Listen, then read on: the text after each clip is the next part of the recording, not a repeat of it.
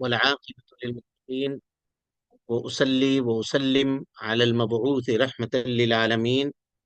اللهم لا علم إلا ما علمتنا وزدنا علما يا كريم. قال المصنف رحمه الله تبارك وتعالى وإيانا: وعن أبي أمامة الباهلي رضي الله عنه قال: قال رسول الله صلى الله عليه وسلم: إن الماء لا ينجسه شيء إلا ما غلب على ريحه وطعمه ولونه. أخرجه ابن ماجه وضعفه أبو حاتم. یہ ابو امامہ جو ہے نا، ابو امامہ صحابی رسول ہیں. ان کا نام ہے سدی ابن عجلان، صاد دال یا، سدی، عجلان عین جیم لام الف نون، سدی ابن عجلان. اور ابو امامہ یہ ان کی کنیت ہے. کوئی بھی نام اگر ابو سے شروع ہو تو سمجھیے گا کہ یہ اس کی کنیت ہوتی ہے. اور کنیت رکھنے کا ضابطہ یہ ہے کہ کسی بھی انسان کی جو بڑی اولاد ہوتی ہے، آدمی اپنے اس بڑی اولاد کا اعتبار کرتے ہوئے اپنی کنیت رکھ سکتا ہے. مثال کے طور پر کسی کی بیٹی ہے بڑی زینب، تو وہ ابو زینب یا ماں اس کی ام زینب ہو سکتی ہے. یہ ابو زینب یا ام زینب یہ کیا ہوگا؟ یہ کنیت ہوگی. نام اس کا کچھ اور ہوگا. مثال کے طور پر نام کچھ بھی ہو لیکن کنیت اس طرح سے اپنی وہ رکھ سکتے ہیں. عام طور پر کنیت رکھنے کا جو معاملہ ہے نا، وہ بڑی اولاد کے ساتھ ہوتا ہے. جو بڑی اولاد چاہے بیٹا ہو چاہے بیٹی ہو، اس کے نام پر ابو، والد ہوں گے تو ابو، اور والدہ ام فلاں، ابو فلاں، یہ کنیت رکھ سکتے ہیں. تو یہ کنیت ہے صحابی کی، ابو امامہ. ان کے بیٹی کا نام امامہ ہے. باہلی یہ ان کا قبیلہ ہے، اس کی طرف ان کی نسبت ہے. لیکن ان کا اصلی نام کیا ہے؟ سدی ابن عجلان، صاد دال یا، سدی ابن عجلان عین جیم لام الف نون، یہ ان کا نام ہے. ٹھیک ہے. اور ملک شام میں صحابہ کرام رضوان اللہ علیہم اجمعین کے وفات کے اعتبار سے یہ آخری صحابی ہیں جن کی وفات ہوئی ہے ملک شام کے اندر. اللہ کے نبی صلی اللہ علیہ وسلم سے بہت زیادہ انہوں نے حدیثیں روایت کی ہیں. کہتے ہیں قال رسول اللہ صلی اللہ علیہ وسلم، اللہ کے نبی صلی اللہ علیہ وسلم نے فرمایا. یہاں ایک بات یاد رکھیے گا، صحابی کے بارے میں جو کچھ میں بتلا رہا ہوں اس کو آپ کو یاد کرنا ہے. جیسے پہلی حدیث حضرت ابو ہریرہ کی تھی، تو ابو ہریرہ یہ ان کا نام، ان کی نیت ہوئی، نام ان کا ہوا عبد الرحمن ابن صخر الدوسی. عبد الرحمن ابن صخر الدوسی، صاد خارا صخر، الدوسی الف لام دال واو سین یا، الدوسی. صحابہ کرام رضوان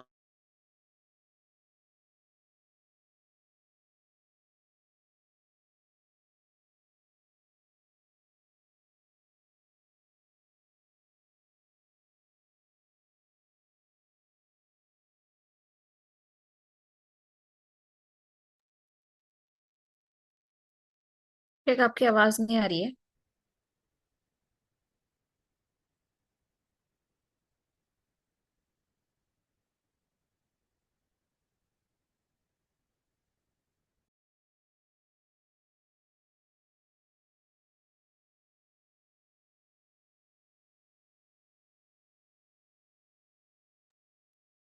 سدی ابن عجلان رضی اللہ عنہ کہتے ہیں کہ اللہ کے نبی جناب محمد رسول اللہ صلی اللہ علیہ وسلم نے فرمایا.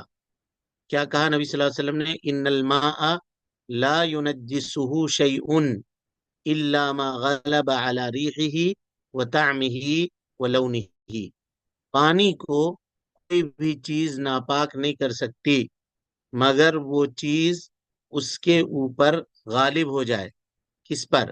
اس کے بو کے اوپر، طعم مانے اس کے ٹیسٹ کے اوپر، اس کے ذائقے کے اوپر، اور لون یعنی اس کے کلر کے اوپر. ریح مانے بو ہے نا، اور طعم کے معنی ٹیسٹ، ذائقہ، اور لون کے معنی کلر، پانی کا کلر چینج ہو جائے، اور یا پانی کا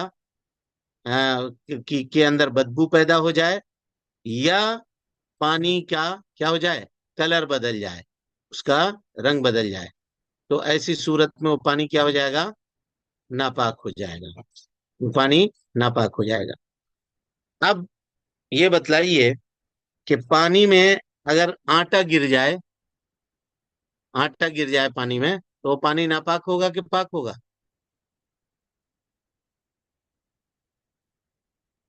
بولیے۔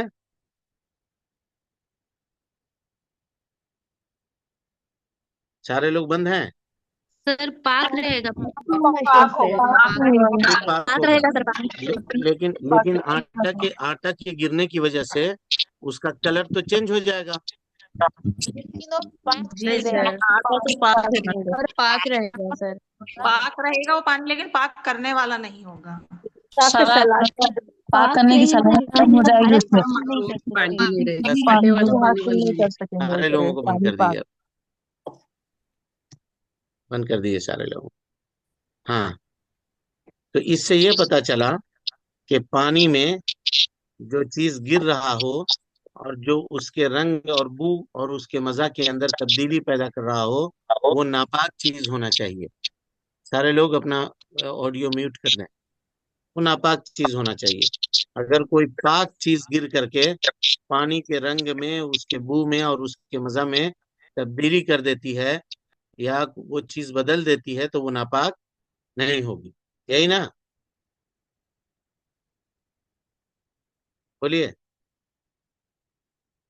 یہی مطلب ہے اس کا، کہ اگر ناپاک چیز کوئی گرے اور ناپاک چیز کے گرنے کی وجہ سے اس کے رنگ میں، اس کے بو میں اور اس کے مزہ میں تبدیلی آ جائے، تو وہ پانی کیا ہو جائے گا، ناپاک ہو جائے گا۔ کیا تینوں چیزیں ایک ساتھ بدلنی ہے، یا تینوں میں سے کوئی ایک چیز؟ یعنی پانی کے رنگ میں تبدیلی آ گئی ہے لیکن اس کا بو بالکل بدلا نہیں ہے، اس میں بدبو پیدا نہیں ہوئی ہے، اور اس کا کلر بھی بالکل نہیں بدلا ہے، یا رنگ بدل گیا ہے، اس کے ٹیسٹ میں کوئی تبدیلی نہیں ہے، اور اسی طریقے سے اس کے اس میں کوئی بدبو بھی پیدا نہیں ہوئی ہے، تو کیا کہیے، وہ پانی پاک ہے؟ وہ پانی پاک نہیں ہوگا، وہ پانی پاک نہیں ہوگا۔ کوئی ایک چیز بھی اگر بدل جائے ان تینوں چیزوں میں سے، ان تینوں صفتوں میں سے کوئی ایک چیز بھی بدل جائے، تو ایسی صورت میں وہ چیز کیا ہو جائے گی، وہ پانی ناپاک، وہ پانی ناپاک ہو جائے گا۔ لیکن وہ چیز کیا ہونی چاہیے، ناپاک چیز ہونی چاہیے۔ مثال کے طور پہ سیلاب کا پانی آیا، اور سیلاب کا پانی عام طور پہ گدلا ہوتا ہے، اس میں مٹی وغیرہ بھی، پانی کا رنگ بدلا ہوا ہوتا ہے، نہیں، ناپاک نہیں ہوگا۔ اسی طریقے سے آٹے کا پانی، وہ ناپاک نہیں ہوگا۔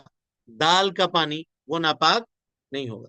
لیکن اس پہ اگر نجاست گر جائے، تو نجاست کے گرنے سے اگر اس میں رنگ میں، اس کے بو میں اور اس کے مزہ میں تبدیلی واقع ہو جائے، تو ایسی صورت میں وہ پانی کیا ہو جائے گا، ناپاک ہو جائے گا۔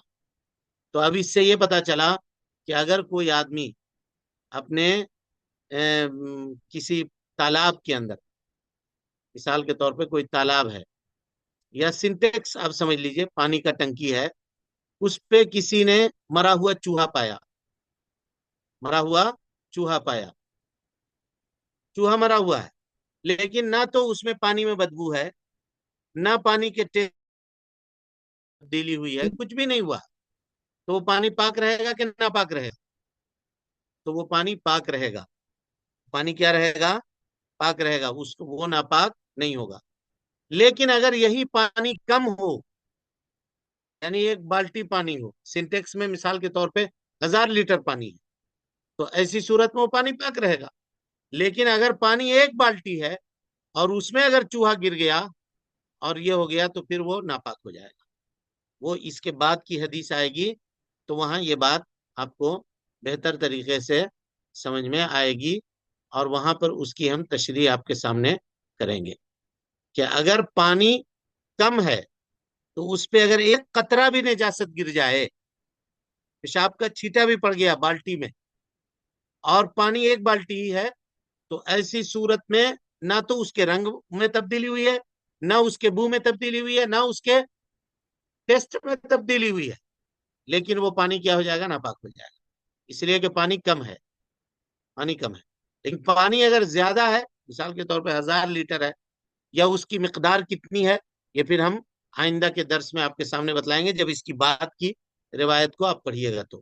یہاں صرف آپ کو یہ سمجھنا ہے کہ اگر پانی قلیل مقدار میں ہے، تھوڑے مقدار میں ہے، اور اس پر نجاست گر گیا تو وہ پانی ناپاک ہو جائے گا۔ لیکن اگر زیادہ مقدار میں ہے پانی، اور وہاں آپ کسی چیز کو مرا ہوا پاتے ہیں، اور اس کے رنگ میں، اس کے بو میں اور اس کے مزہ میں کوئی تبدیلی واقع نہیں ہوئی ہے، تو وہ پانی پاک رہے گا، اگرچہ گرنے والا چیز اس کے اندر نجاست ہی کیوں نہ ہو۔ امید کہ آپ سمجھ گئے ہوں گے۔ چلیں، کوئی سوال ہے کسی کے پاس؟